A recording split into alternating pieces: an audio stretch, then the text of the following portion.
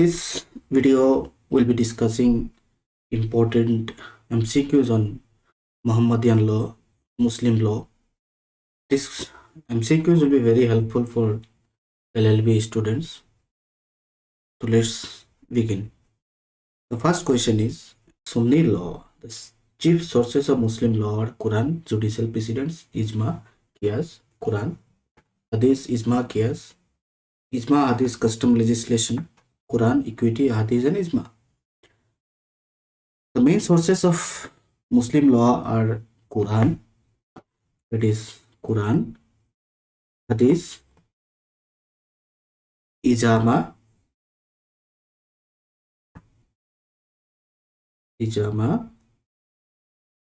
Qiyas, and customs, judicial precedents, and legislation.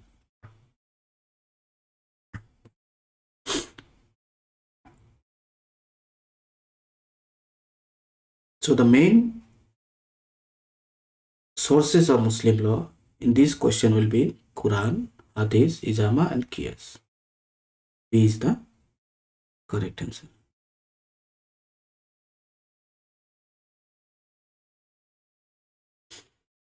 These are the main sources of Muslim law. They are Quran, Hadith, Ijma, Qiyas, customs, judicial precedents, and legislation. So the first four, Quran, Hadith, Ijma, and Qiyas. B is the correct answer. Next question. What are the two schools of Muslim law? Very simple. Sunni and Shia. Sunni and Dayabhaga, it is not. Sunni and Mitaksara, it is also not. Shia and Dayabhaga, it is also not. Dayabhaga, it is in Hindu law. Sunni and Shia are the two schools of Muslim law. Shia means faction. After the death of the Prophet Muhammad, the question who is to be the successor came up.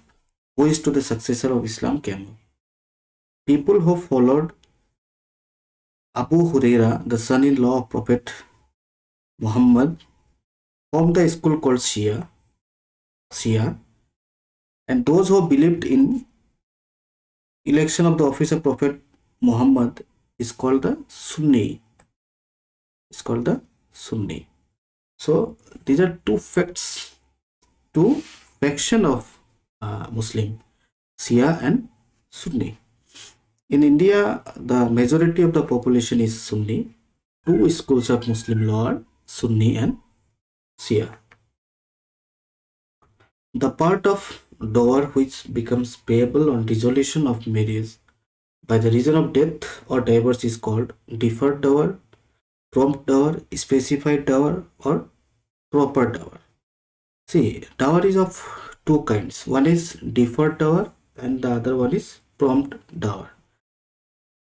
Prompt dower is that dower when the husband agrees to pay the dower immediately as per the marriage contract, and it becomes payable to the wife when she demands and she claims the amount with interest, or she may refuse consummation. Even she may refuse consummation.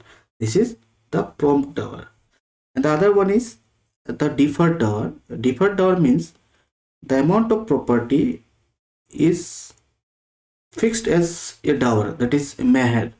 But if it is to be given when marriage is dissolved by the reason of divorce or death, that means this is paid instantly or whenever the wife demands for it. Deferred is whenever this amount is not paid but it is fixed. And when the cases of divorce or death, that is the dissolution of marriage, occurs, then the wife who dies or the heir of the wife may claim this meher. And in case of divorce, the wife will be claiming this meher. The part of dower which becomes payable on dissolution of marriage by reason of death or divorce is called the deferred dower. The answer is A. It is deferred dower. Next question. Among the sources of Muslim, the foremost is Sunnah, Ijma, Qiyas, or Quran. Among the sources of Muslim law, the foremost is the Quran. That is the Quran. Quran is the foremost source of Muslim law. For a valid Muslim marriage, offer and acceptance must be at the same time. Offer and acceptance must be at the same place. Offer and acceptance must be at the same time and same place. Offer and acceptance may be at different times and at a different place. Very simple.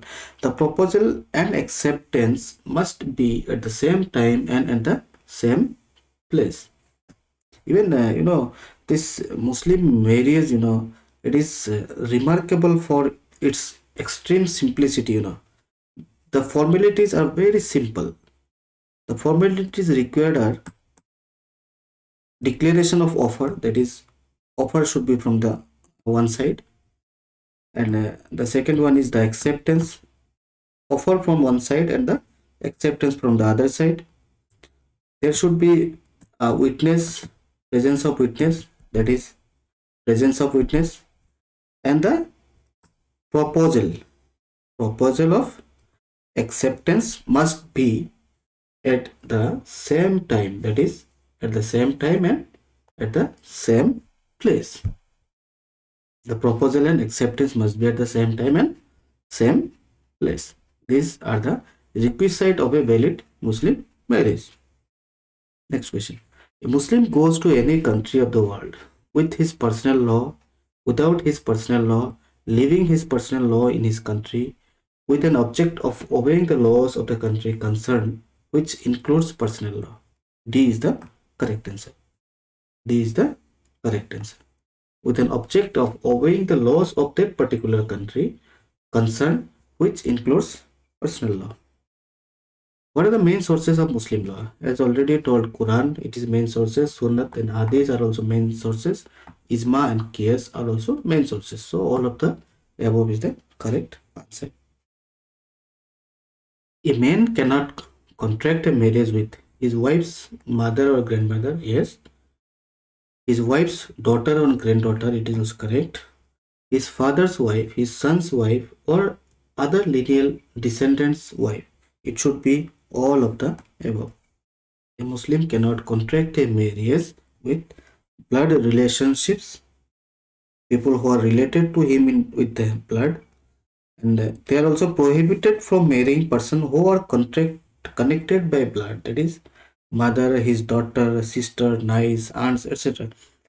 The other restrictions are on the ground of affinity, that is, affinity, relations of affinity, that is, descendants of his wife, descendants of his wife, descendants or ascendants of his wife.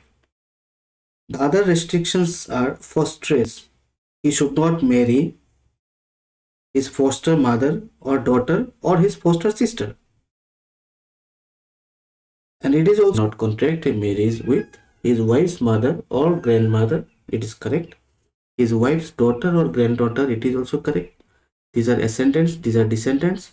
His father's wife, his son's wife, or other lineal descendants of his wife. It is also correct. So all of the above are correct. A Muslim man cannot marry ascendants and descendants of his wife.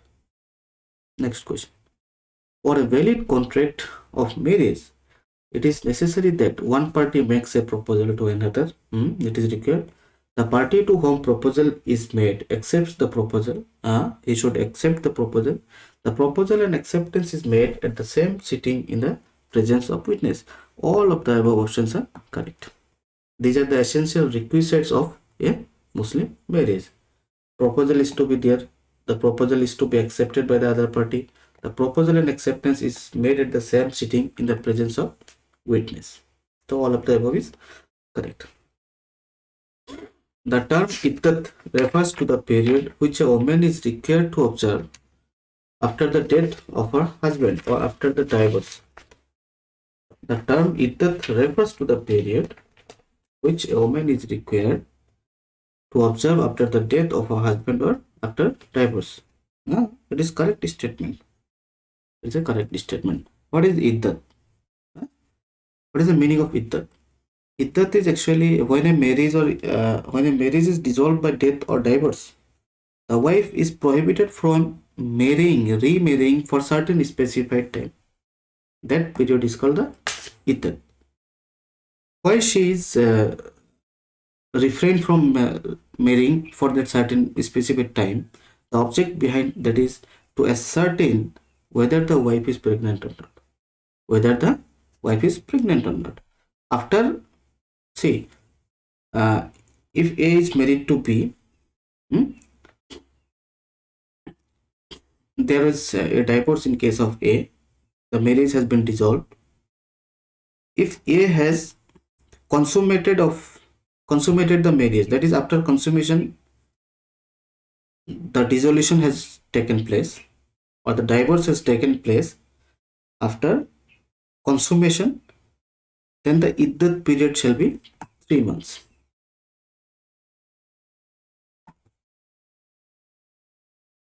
This is dissolution by way of divorce, and if consummation has taken place. And if the dissolution of marriage is by way of death, that is in case of death case, the iddat period shall be 4 months and 10 days. For this period of time, the wife cannot marry another person. She must wait for at least 4 months 10 days in case of death and 3 months in case of divorce, dissolution by way of divorce. And this period is known as the iddat period, that is the iddat term. So the question here is, the term iddat refers to the period which a woman is required to observe after the death of her husband or after divorce is correct statement. They need to wait. Observe the iddat period. Next question. A person is a Muslim by birth, by conversion, either by birth or by conversion, or none of the above. It is, a person is a Muslim either by way of birth or by conversion. C is the correct answer.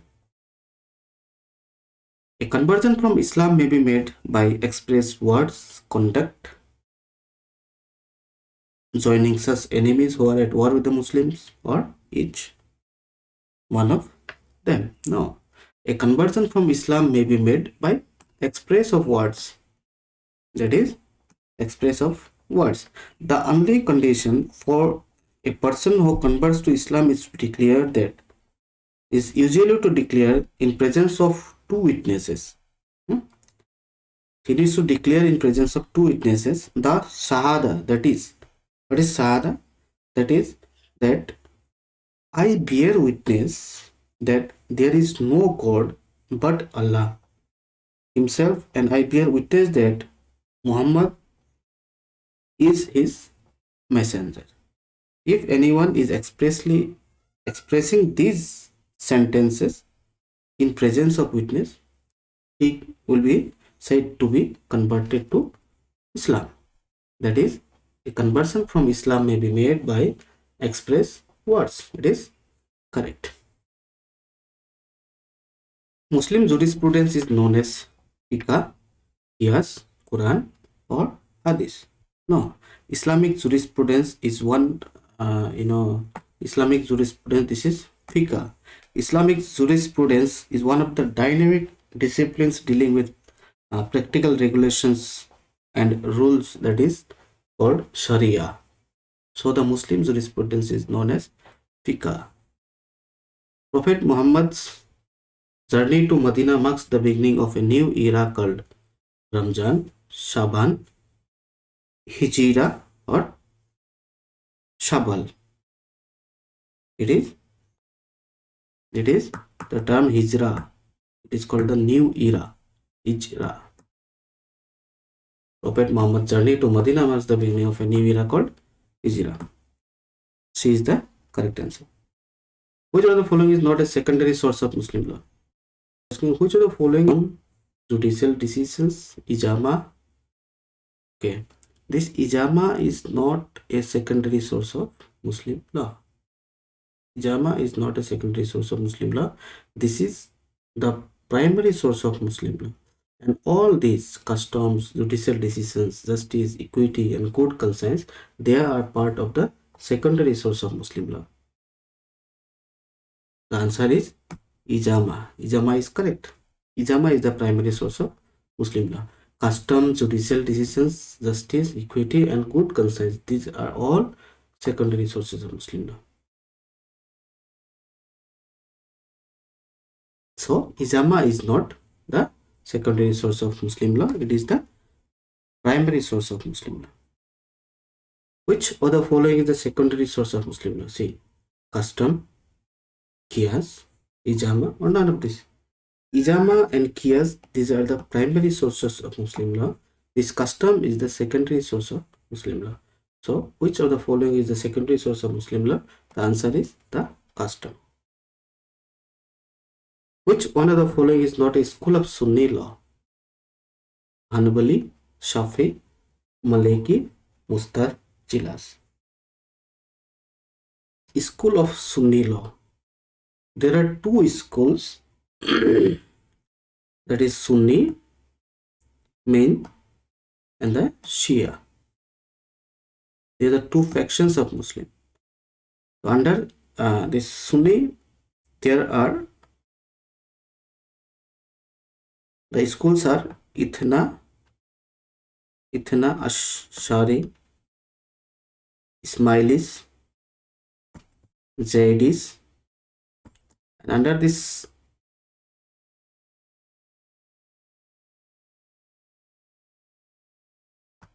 is Shia, this is Sunni. Under Sunni, the schools are Hanafi,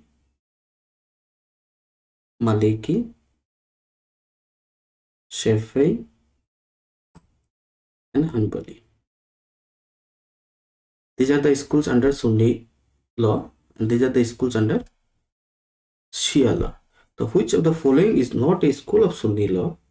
So, see, Hanbali, Maliki, Shafi'i, they are all part of Sunni schools.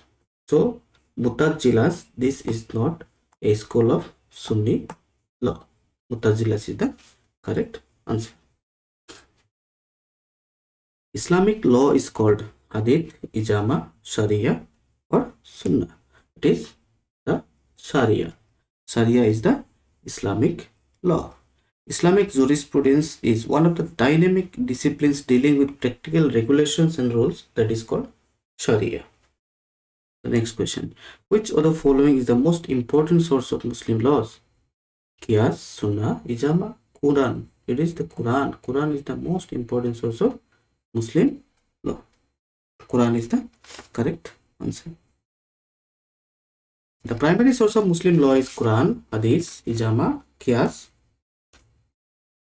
It is the Quran, primary sources of Muslim law. Hadith is also correct. Ijama is also correct. Qiyas is also correct. Which is the following primary source? That is the primary source. The previous question was, which of the following is the most important source of Muslim law? That is Quran. The primary source of Muslim law is also the Quran. And all these are included in the main sources of Muslim law. Quran, Hadith, Ijama, and Qiyas. These are the main sources, but the primary sources and the most important sources of Muslim law is the Quran.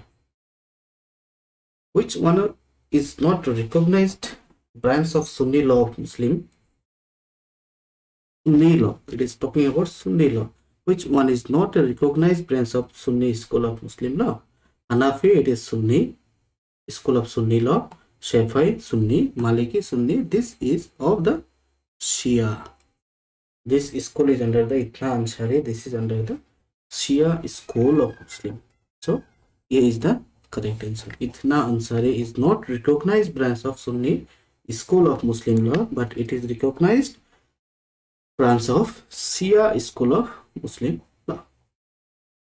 Which of the following are sources of Muslim law? Quran, Ijama, Qiyas, all of the above. All of the above is the correct answer.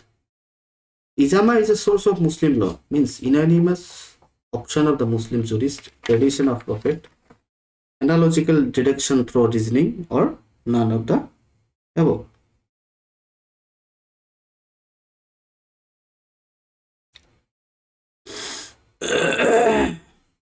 Ijma as a source of Muslim law means that is unanimous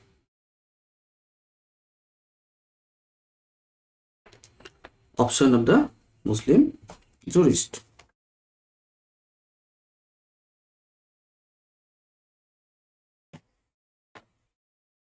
Ijma is a source of the Muslim law means unanimous option of the Muslim jurist. This is the correct answer. Ijma is the option of the Muslim jurist, opinions of the Muslim jurist. So A is the correct answer. Muslim law does not apply to which of the following: gifts, maintenance, just and trust properties, succession to agricultural land. It is succession to agricultural land. Muslim law does not apply to succession to agricultural land. This is the correct answer. Shariat Act 1937 contains only 12 sections, 6 sections, 15 sections, or 9 sections. This consists only of 6 sections. This Shariat Act 1937, this came into effect on 7th of October 1937. This act contains 6 sections. This act is applicable to both Shia and Sunni.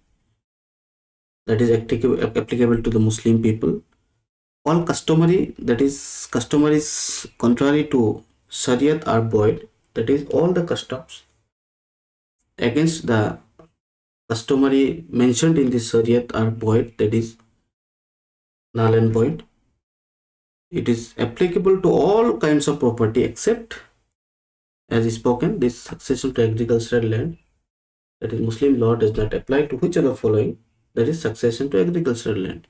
So this Shariat is applicable to all kinds of property except agricultural land.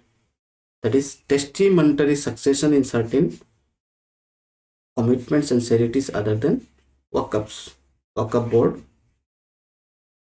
It declares all questions relating to intestate succession, that is a person dying without will.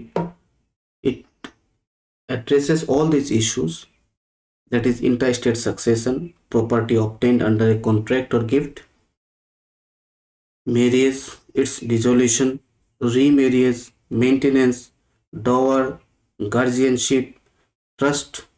Everything is contained in only these 6 sections of the Shariat Act, that is Shariat Act 1937, which came into effect on 7th of October 1937.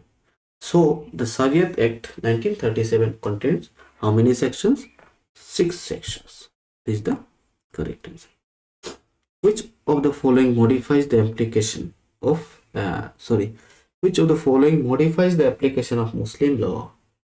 Muslim Marriage Dissolution Act 1939, Muslim Women Protection of Rights on Divorce Act 1986, Shariat Act 1937, or all of the above.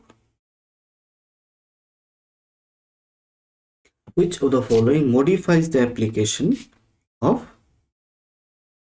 the Muslim law? This should be all of the above. All of the above is the correct answer. After divorce, a Muslim woman can validly remarry immediately after divorce. After observing the iddah period, has to wait for 1 year. None of the above. Muslim can validly remarry, but not immediately after divorce. Immediately after divorce, she cannot marry. She can marry only after observing the iddah period. This one is the correct option. And what is the time of this iddah period? If a wife is divorced, then the iddah period is 3 months. And if A, this is the wife, she is divorced, then the iddah period should be 3 months. And if the husband of A is dead, or the dissolution of marriage is due to death, then A should observe the iddat period of 4 months and 10 days. This is the time of iddat period. So a Muslim woman can validly remarry after observing the iddat period. A Muslim is prohibited to have two wives at the same time if these two wives are related to each other by consanguinity, affinity, fosterage, or all of the above. It should be all of the above. If the two wives are related to each other by consanguinity, that is blood, by relationship of blood, affinity, fosterage, or all of the above, it is all of the above. Hiba of future property in Muslim law is void, valid under certain conditions, valid none of the above. Hiba is gift.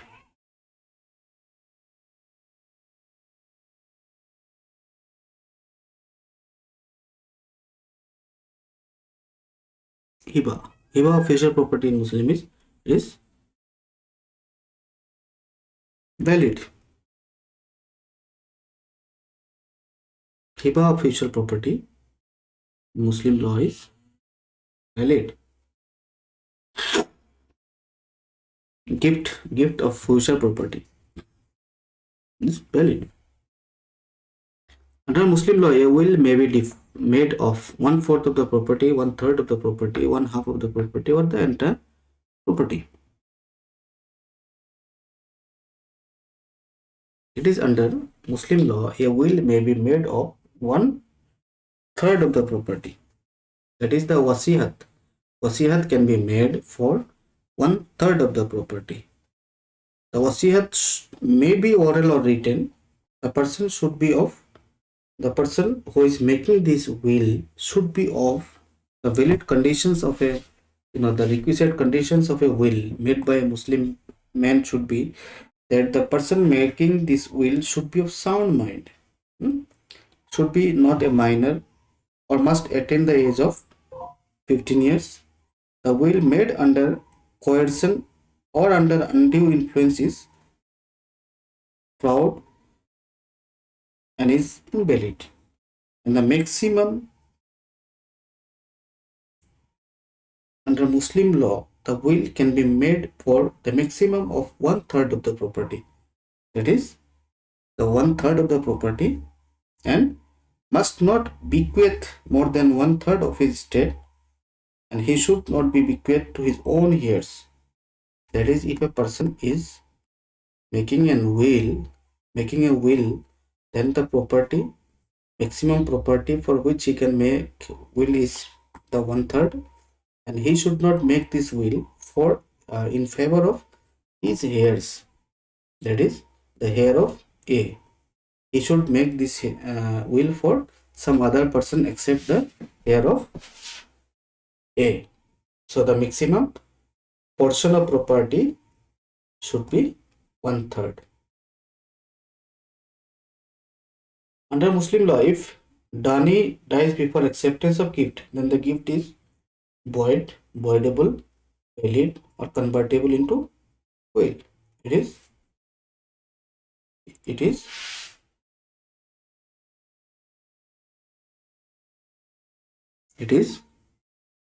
void. It is under Muslim law, if the Dani, that is the person who is, that is Kabul, acceptance, it is essential that the Dani must accept the gift made by the donor.